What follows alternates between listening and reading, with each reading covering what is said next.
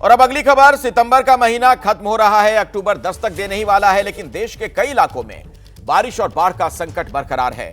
Madhya Pradesh, UP और बिहार के कई इलाकों में जल जमाव की स्थिति है, जिससे लोग परेशान हैं। आपको कुछ तस्वीरें हम दिखाते हैं, जिसके जरिए आप हालात का अंदाजा लगा पाएंगे। तस्वीरों में आप देखेंगे कि इस तरह की स्थिति बनी हुई है अलग अलग जगहों पर। बाढ़ और बारिश के बाद मध्य प्रदेश से लेकर उत्तर प्रदेश और बिहार में किस तरह की स्थिति है। शहरी इलाकों में भी आप देखिए बुरा हाल है। मार्केट हो या फिर लोगों के घर बार हो, हर तरफ पानी का पहरा, लोगों का घरों से बाहर निकलना तक मुश्किल हो चला है। जो बाजार के इलाके हैं वहां भी दुकानें बंद हैं, चूंकि हर तरफ पानी ही पानी। और कई जगहों पर तो स्थिति यह है कि सड़कों पर लोग नाव के जरिए एक जगह से दूसरी जगह आ जा रहे हैं। ये मध्य प्रदेश का हाल आपके सामने है, उत्तर प्रदेश की तस्वीर भी आप देख सकते हैं, और बिहार में क्या मंजर है वो भी आपके सामने है।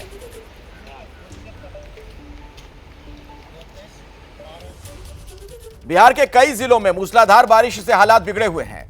सहरसा की बात की जाए तो तेज बारिश से बाढ़ जैसी स्थिति है, कई जगहों पर हादसे भी हो रहे हैं। ये देखिए किस तरीके का हादसा हुआ, लेकिन फिर भी लोग लापरवाही बरतते हैं। एक बाइक सवार पानी के बहाव में फंसकर कैसे गिरा वो देखिए। दो लोग इस बाइक पर बैठे हुए थे और पानी के बीच से गुजर रहे थे। अचानक से आपने देखा किस तरीके से बाइक गिर गई थी। और ये देख सकते हैं आप एक इलेक्ट्रॉनिक रिक्शा, ई रिक्शा, जो कैसे वहां पर पलट गया था।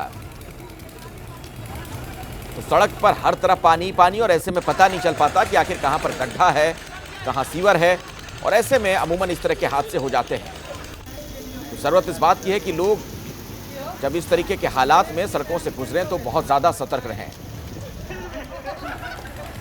और ये देखिए जिस तस्वीर का जिक्र मैं आपसे थोड़ी देर पहले कर रहा था, बारिश की वजह से एक ई रिक्शा हादसे का शिकार हो गया। जो लोग इसमें बैठे हुए थे वो भी गिर गए।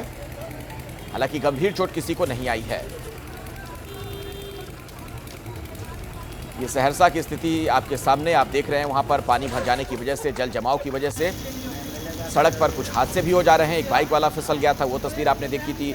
एक ई रिक्शा पलट गया, वो भी आप देख सकते हैं। ये देखिए, हालांकि कुछ लोगों को इसमें हंसी मजाक लग रहा है, कुछ लोग वहां पर हंस भी रहे थे, लेकिन कई बार आप सुनते होंगे इस तरह के हादसे में लोगों की जान तक चली जाती है। तो जरूरत इस बात की है कि लोग बहुत सावधान रहें, अतिरिक्त सतर्कता बरतें जब भी सड़क पर जल जमाव हो। सहरसा में बाढ़ जैसे हालात हैं। सड़कों पर तो 2 से 3 फीट तक पानी है। लोगों को भारी समस्याओं का सामना करना पड़ा है।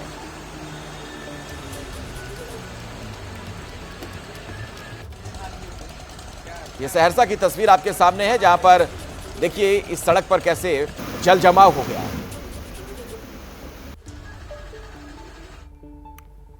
नेपाल में लगातार बारिश हो रही है, जिससे बिहार में बाढ़ का खतरा बढ़ता जा रहा है।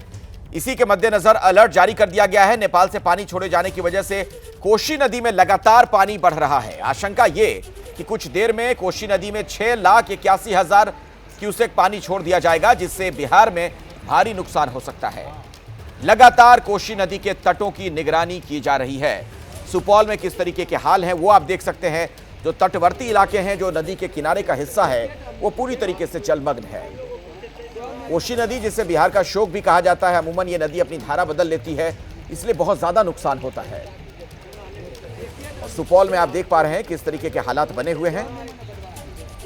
लगातार वाटर लेवल बढ़ता हुआ। नेपाल में आपको पता है बहुत भारी बारिश हो रही है, तो जो पानी इधर की ओर आ रहा है, कोशी में पानी जो उसकी वजह से बढ़ रहा है, तो सुपौल में भी आप देखिए किस तरह से तटवर्ती इलाकों के डूबने का खतरा। अब आपको झारखंड के साहिबगंज की तस्वीरें दिखा देते हैं। यहां पर बाढ़ की वजह से 11 पंचायत के सैकड़ों गांव परेशान हैं। लोग प्रशासन से मदद की गुहार लगा रहे हैं, पलायन कर रहे हैं। गंगा नदी का जलस्तर बढ़ने की वजह से आसपास के इलाकों में बाढ़ का खतरा है। ये साहिबगंज का दृश्य आपके सामने है। मकान हो, दुकान हो, सब पानी में, और बड़ी संख्या में लोगों को यहां से पलायन भी करना पड़ा है, क्योंकि ये जो कच्चे मकानों में लोग रहते थे, इन झोपड़ियों में आप देख सकते हैं किस तरीके से उनके घरों में पानी घुस गया। तो अब जो ऊंचे स्थान हैं उधर की ओर ये लोग जा रहे हैं। जरूरत इस बात की है कि सरकार जल्द से जल्द इन तक मदद पहुंचाए। गरीब लोग हैं, खाने पीने तक की दिक्कत हो जाती है इस तरीके के हालात में। और अब मध्य प्रदेश के उज्जैन का हाल आपको दिखाते हैं। उज्जैन में कल शाम से ही लगातार बारिश हो रही है। इसी वजह से शिप्रा नदी में एक बार फिर से जलस्तर बढ़ गया। नदी उफान पर है।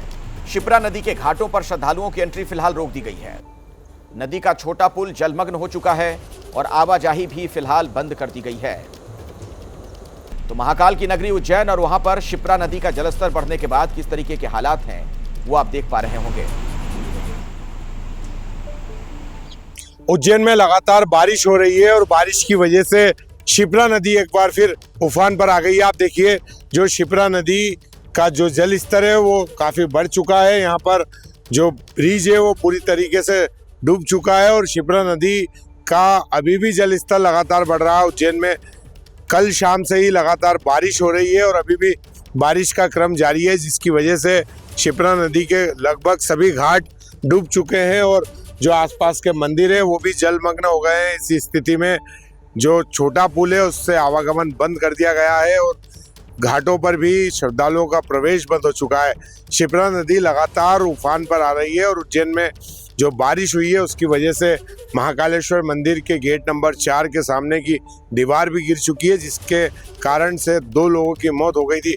अभी आप देखिए जो शिप्रा नदी का जल स्तर है वो रात भर से लगातार बढ़ रहा है और जो यहाँ पर आसपास जो बैरिकेड लगाए गए थे वो बैरिकेड भी नदी में जो गिर गए हैं, टूट गए हैं वो, और अभी भी जल स्तर ऐसा माना जा रहा है कि आज भी अगर बारिश होती है तो ये जल स्तर ऐसे ही बना रहेगा। और जो जिला प्रशासन द्वारा बाढ़ के हालातों को लेकर भी नज़र रखी जा रही है और स्पष्ट रूप से निर्देश दिए गए हैं कि जो शिप्रा नदी के घाटों के आसपास जो लोग रहते हैं वो पूरी तरीके से अलर्ट पर रहें।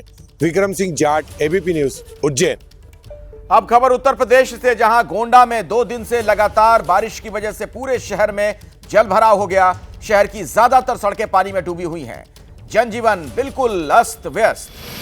किसी तरह की अनहोनी ना हो इसीलिए कक्षा 1 से 8 तक के स्कूल बंद कर दिए गए हैं। ये गोंडा में देखिए सड़कों का क्या हाल है।